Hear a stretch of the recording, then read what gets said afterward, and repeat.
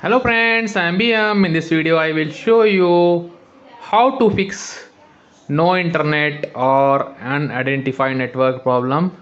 Okay, let's start the video. Please like this video, subscribe my channel, hit bell icon. Okay, now check browser. You see this site cannot be reached. Okay, now check internet connection. Right click on network, click on property, click on change adapter setting.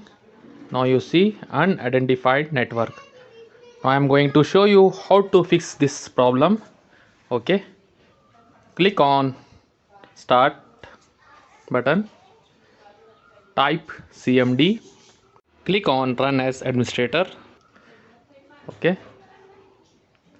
type here net sh space int space ip space reset, hit enter. Now you see setting is resetting. Okay, now check, open browser, type here google.com.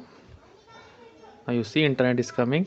Check other option, click on maps.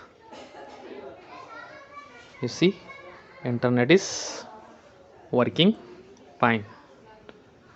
Okay, thank you for watching me. See you on next video.